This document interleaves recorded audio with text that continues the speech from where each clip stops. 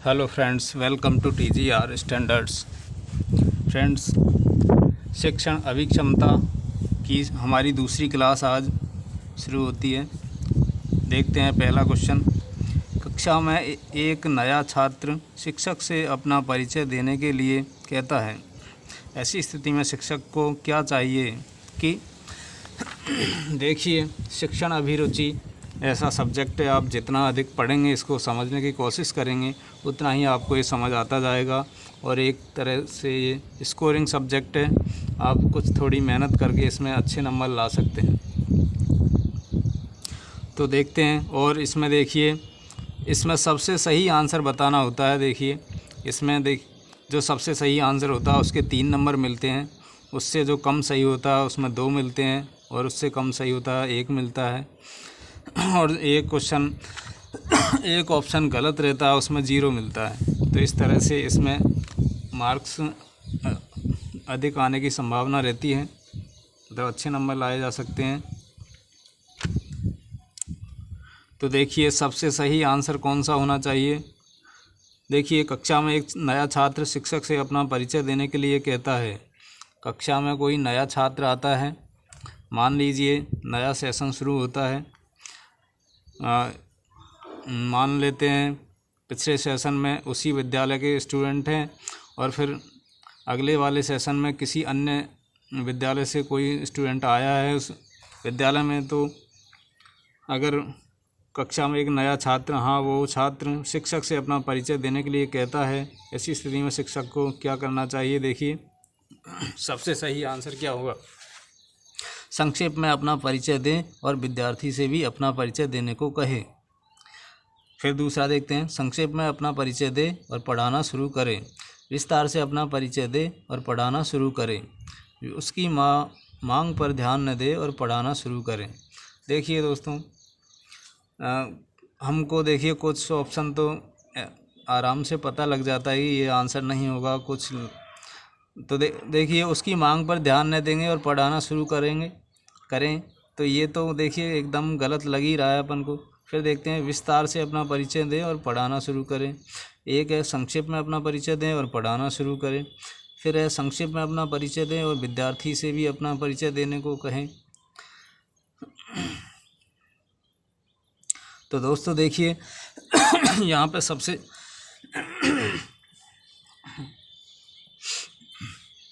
बात यहाँ पे परिचय की चल रही है। तो परिचय देखिए, आपको अगर आप एक अध्यापक हैं तो आपको पढ़ाना भी है। आपको वहाँ पे विस्तार से अब परिचय देने की कोई ज़रूरत नहीं है, संक्षेप में परिचय दे सकते हैं। और क्योंकि वो विद्यार्थी नया है तो वह अध्यापक भी उसके बारे में नहीं जानता, तो उन्हें भी उनका परिचय पूछना चाहिए। देखिए, संक्षेप में अपना परिचय दें और विद्यार्थी से भी अपना परिचय देने को कहें, क्योंकि वे एक दूसरे आपस में अनजान है। तो अगर वो विद्यार्थी अगर पूछता है परिचय के लिए, तो अध्यापक को अपना परिचय देना चाहिए संक्षेप में, और उससे भी पूछना चाहिए। पहला ऑप्शन यहाँ पे सबसे सही होगा। इसके बाद में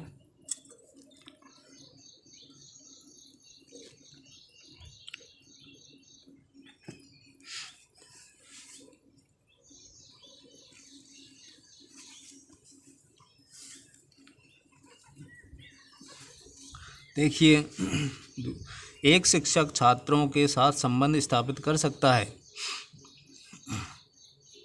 देखिए, पढ़ते हैं चारों ऑप्शन। अधिकार की शक्तियों का उपयोग करके, उनके लिए मार्गदर्शक, मित्र और सूत्रधार बनकर, उनके लिए मार्गदर्शक एवं मित्र बनकर, उनका दोस्त बनकर। तो देखिए दोस्तों, क्या आंसर होना चाहिए। सबसे सही आंसर देखिए, सबसे सही उनके लिए मार्गदर्शक। देखिए, यहाँ पे भी लिखा हुआ है मार्गदर्शक एवं मित्र बनकर, मार्गदर्शक, मित्र और सूत्रधार बनकर। देखिए, ये इसके अंदर आ रहा है, उनका दोस्त बनकर, मित्र बनकर, ये भी इसके अंदर आ रहा है। मतलब ये दोनों इसके अंदर आ रहे हैं। ये मतलब ये ज़्यादा आंसर दे रहा है, ज़्यादा। तो ये दो आंसर नहीं होंगे। और देखिए, अधिकार की शक्तियों का उपयोग करके, देखिए, अधिकार की शक्तियों का उपयोग करके ये आंसर नहीं हो सकता। देखिए, उनके लिए मार्गदर्शक, मित्र और सूत्रधार बनकर, देखिए ये सबसे सही आंसर होगा दोस्तों। फिर इसके बाद में ये तीसरा वाला, इस तरह से सबसे सही आंसर ऑप्शन 2। उनके लिए मार्गदर्शक, देखिए एक अध्यापक का काम है मार्गदर्शन करना, मित्र की तरह व्यवहार और सूत्रधार बनकर, मतलब एक शिक्षक छात्रों के साथ संबंध स्थापित कर सकता है। तो ऐसा संबंध होना चाहिए एक शिक्षक का छात्र के साथ में। देखिए व्याख्या पढ़ते हैं। एक शिक्षक के लिए एवं उचित शिक्षण के लिए यह परम आवश्यक है कि शिक्षक एवं छात्र के बीच अंतःक्रिया हो, और यह तभी संभव हो पाता है जब शिक्षक खुद को मार्गदर्शक, मित्र एवं समस्याओं के हल ढूंढने वाले व्यक्ति के रूप में प्रदर्शित करे। तो देखिए फिर नेक्स्ट क्वेश्चन देखते हैं। शिक्षण प्रक्रिया के लिए निम्नलिखित में से कौन सा कथन सर्वाधिक उपयुक्त है? तो देखिए, एक परिस्थिति जन्य प्रक्रिया, एक कार्याभिमुखी प्रक्रिया, एक अंतःक्रियात्मक प्रक्रिया, छात्र एवं अध्यापक के मध्य में कक्षा में सामान्य बातचीत।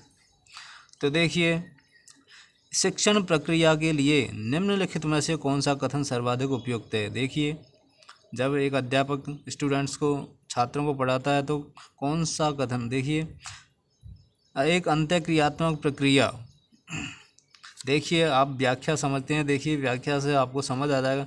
शिक्षण प्रक्रिया के दौरान शिक्षक एवं छात्र एक दूसरे के साथ अंतःक्रिया करते हैं, अतः हम यह कह सकते हैं कि शिक्षण एक अंतःक्रियात्मक प्रक्रिया है। देखिए अध्यापक जब भी क्लास ले रहे होते हैं, कोई भी लेसन पाठ पढ़ा रहे होते हैं, तो उसमें जो भी कुछ अध्यापक समझा रहे होते हैं, अध्यापक स्टूडेंट्स को समझाते हैं, स्टूडेंट्स भी उनका रेस्पॉन्स देते हैं। इस तरह से ये अंतःक्रियात्मक प्रक्रिया है।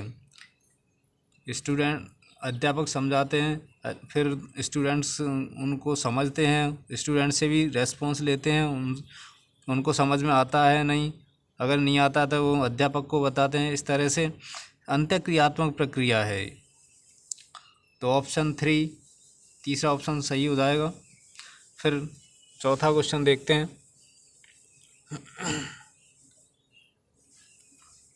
शिक्षा का मुख्य उद्देश्य है, देखिए क्या उद्देश्य है? भाषा कौशल का विकास, सामाजिक नागरिकता का विकास, व्यक्तित्व का विकास, दंड। देखिए व्यक्तित्व का विकास सबसे सही आंसर होगा, क्योंकि व्यक्तित्व विकास का मतलब है आपके अंदर भाषा कौशल का भी विकास है, सामाजिक नागरिकता का भी विकास है, और सभी तरह के जो भी ज़रूरी होता है वो सभी तरह के विकास आपके अंदर है। तो यहाँ पे सबसे सही आंसर हो जाएगा व्यक्तित्व का विकास। व्याख्या पढ़ते हैं। देखिए शिक्षा का मुख्य उद्देश्य छात्रों का सर्वांगीण विकास करना होता है। छात्रों के जीवन के हर पहलुओं का विकास करना एवं उनका संपूर्ण व्यक्तित्व का विकास करना शिक्षा का अहम उद्देश्य होना चाहिए। इस तरह से ऑप्शन 3 सबसे सही आंसर। फिर इसके बाद में अगला क्वेश्चन,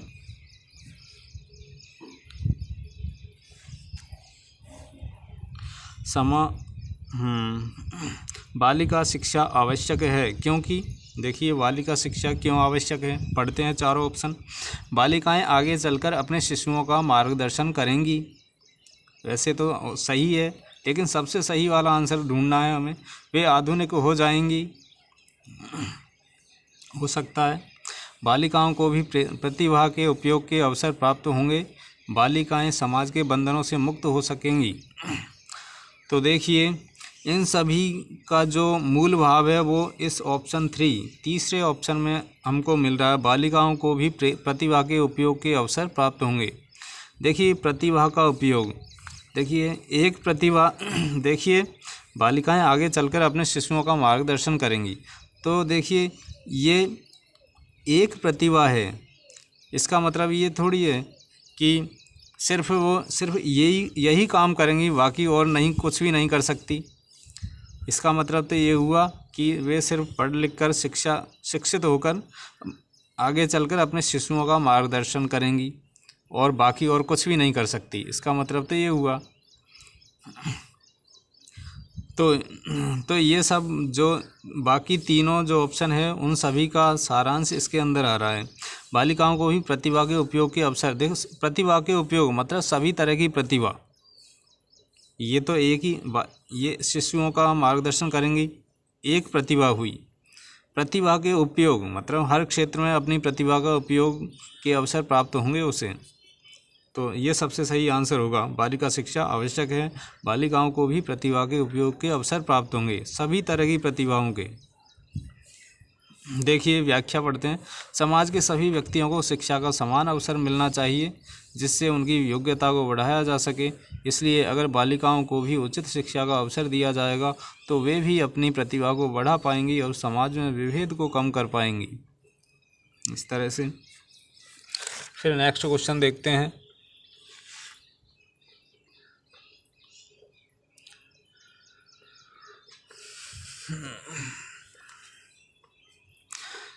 एक शिक्षक की विफलता का सबसे महत्वपूर्ण कारण है। देखिए कोई शिक्षक क्यों विफल होता है, स्टूडेंट्स किसी शिक्षक को पसंद क्यों नहीं करते। तो देखिए इसका आंसर क्या है, पारस्परिक संबंध, विषय के ज्ञान पर अधिकार का अभाव, मौखिक क्षमता, छात्रों के साथ शक्ति। तो देखिए इसका आंसर, देखिए पारस्परिक संबंध, विषय के ज्ञान पर अधिकार का अभाव, मौखिक क्षमता, छात्रों के साथ शक्ति मतलब सख्त होना। तो देखिए यहाँ पे आंसर है चौथा ऑप्शन, छात्रों के साथ शक्ति। देखिए व्याख्या पढ़ते हैं, समझ आएगा आपको अभी। एक शिक्षक अगर कितना भी योग्य क्यों न हो, यदि वह कक्षा में छात्रों के साथ सख्ती से पेश आता है तो उसका प्रभाव छात्रों पर नहीं रह पाता, क्योंकि छात्र उससे सहजता से अंतःक्रिया नहीं कर पाते और शिक्षक व शिक्षण दोनों प्रभावी नहीं रह पाते। देखिए शिक्षा अभी अपन ने देखा था, अगले जो पिछला क्वेश्चन शिक्षा का देखिए था, शिक्षण प्रक्रिया के लिए निम्नलिखित में से कौन सा कथन सर्वाधिक उपयुक्त है। तो देखिए एक अंतःक्रियात्मक प्रक्रिया है। देखिए जब शिक्षक अगर सख्त होंगे तो जो छात्र हैं उनसे अंतःक्रिया नहीं कर पाएंगे। यही कारण है कि छात्र उन्हें पसंद नहीं करेंगे और वो शिक्षक एक तरह से विफल असफल माना जाएगा। तो इस तरह से छात्रों के साथ सख्त होना हर तरह से। फिर तो इस तरह से एक शिक्षक की विफलता का सबसे महत्वपूर्ण कारण यही है, छात्रों के साथ शक्ति। फिर अगला क्वेश्चन देखते हैं। शिक्षण की पूर्व क्रियात्मक अवस्था के दौरान निम्नलिखित में से कौन सा निर्णय लिया जाता है। शिक्षण की पूर्व क्रियात्मक अवस्था, देखिए एक अध्यापक जब क्लास में जाता है उससे पहले की अवस्था, क्लास में जाने से पहले वो क्या क्या योजना बनाता है, क्या कुछ ज़रूरी होता है। देखिए शिक्षण की पूर्व क्रियात्मक अवस्था मतलब जब वो क्लास में आएंगे और पढ़ाएंगे उससे पहले के बारे में पूछा जा रहा है, कौन सा निर्णय लिया जाता है। तो देखिए शिक्षण विधियाँ पहला ऑप्शन है।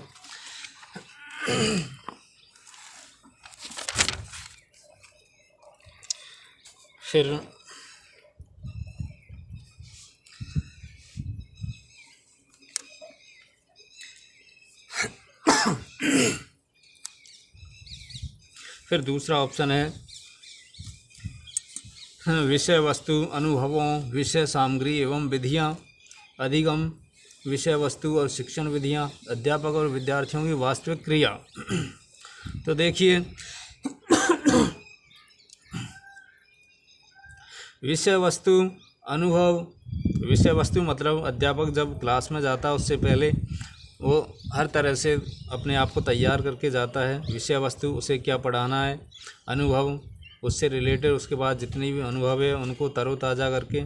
फिर विषय सामग्री एवं विधियाँ, देखिए उस विषय से संबंधित कोई भी सामान उपकरण समझाने के लिए और उस जो भी उस दिन उस अध्यापक को समझाना है उसे किस किस तरह से समझाना है। तो इस तरह से आप अध्यापक को हर तरह से पूरी तरह से फुल तैयारी के साथ क्लास में जाना होता है।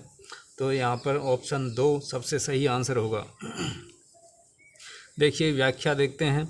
शिक्षण क्रिया के पहले एक शिक्षक के द्वारा कुछ बातों को ध्यान में रखना पड़ता है कि उसे क्या पढ़ाना है, किन किन सामग्रियों की ज़रूरत पड़ेगी, छात्र का ज्ञान का स्तर, छात्रों का ज्ञान का स्तर क्या है और उन्हें शिक्षण के लिए किस विधि का प्रयोग करना है। ये सब एक अध्यापक को जब वो क्लास लेते हैं, क्लास शुरू करते हैं, कोई भी लेसन शुरू करते हैं, उससे पहले एक अध्यापक को ये सब कुछ तैयार करके जाना पड़ता है।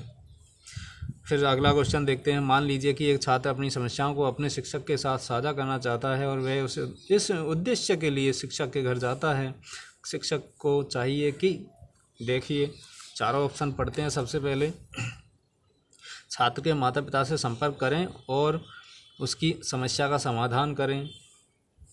फिर दूसरा है उससे कहें कि जो भी बातें हैं विद्यालय में ही करें, घर ना आया करें। प्राचार्य से संपर्क करें और उसकी समस्या का समाधान करें। उचित सहायता प्रदान करें और उसका नैतिक उत्थान करें। देखिए सबसे सही आंसर चौथा आंसर है। देखिए और देखिए एकदम गलत कौन सा लग रहा है आपको। उससे कहें कि जो भी बात है विद्यालय में ही करें, घर ना आया करें। देखिए एक तरह से अपमान करना जैसा हुआ, तो ये तो आंसर हो नहीं सकता। कि प्राचार्य से संपर्क करें और उसकी समस्या का समाधान करें। देखिए सबसे सही आंसर, देखिए गलत तो नहीं बोल सकते इन दोनों को, पहला और तीसरा, मतलब इनसे अधिक सही चौथा ऑप्शन है। देखिए उचित सहायता प्रदान करें और उसका नैतिक उत्थान करें। देखिए उचित सहायता, अब देखिए उचित सहायता में सभी तरह की सहायता आ जाती है। अब देखिए यहाँ पहले वाले में क्या है, वो अध्यापक हैं जो उनके माता पिता से संपर्क करने की कोशिश कर रहे हैं, तो मतलब इस तरह से सहायता कर रहे हैं। फिर दूसरे में उनकी सहायता करने का तरीका है कि पहले वे प्राचार्य से संपर्क कर रहे हैं, फिर उनकी समस्या का समाधान ढूंढ रहे हैं, तो ये दूसरा तरीका है। लेकिन उचित सहायता का मतलब हो गया कि जो भी उस कंडीशन के हिसाब से उस टाइम जो भी सही होगा उस हिसाब से अध्यापक उनकी समस्या का समाधान करेंगे। मतलब जो चौथे ऑप्शन में लिखा हुआ है उसके अंदर पहला और तीसरा ऑप्शन आ जाता है। मतलब सबसे सही आंसर उचित सहायता प्रदान करें और उसका नैतिक उत्थान करें, ये सबसे सही आंसर होगा। दोस्तों ये सब्जेक्ट दोस्तों थोड़ा समझने का, कंसेप्चुअली आप इसको जितना ज़्यादा बार बार पढ़ेंगे आपको उतना ही समझ आएगा। वैसे इसमें अच्छे नंबर लाए जा सकते हैं, आप कोशिश करके आप मेहनत करिए। फिर देखते हैं अगला क्वेश्चन। विद्यालय की ओर जाते समय कोई अभिभावक आपको रोकता है और अपने बच्चे की प्रगति के विषय में पूछता है। इस स्थिति में आप, देखिए एक अध्यापक को क्या करना चाहिए उस कंडीशन में। देखिए अभिभावक से कहेंगे कि विद्यालय में आकर बात करें। दूसरा ऑप्शन है उसकी बात सुनकर उसे आश्वस्त करेंगे कि शीघ्र ही आप बच्चे की प्रगति रिपोर्ट उपलब्ध करवा देंगे। विस्तार से बच्चे की प्रगति के बारे में बताएंगे। समय का ध्यान रखते हुए सधे हुए शब्दों में बच्चे की प्रगति के बारे में बताकर समय पर विद्यालय पहुंचने की चेष्टा करेंगे। देखिए आप अध्यापक का और अभिभावक का मिलन कहाँ पर हो रहा है, जब अध्यापक विद्यालय जा रहे हैं। तो देखिए अध्यापक को भी विद्यालय पर समय पर पहुंचना है, तो देखिए उस समय क्या करेंगे, समय का ध्यान रखते हुए विद्यालय में भी पहुंचना है। तो उनको देखिए सधे हुए शब्दों में बच्चे की प्रगति के बारे में बताकर, मतलब संक्षेप में उनको बताकर समय पर विद्यालय पहुंचने की चेष्टा करेंगे। तो ये सबसे सही आंसर है यहाँ पे चौथा ऑप्शन, बाकी कम सही है।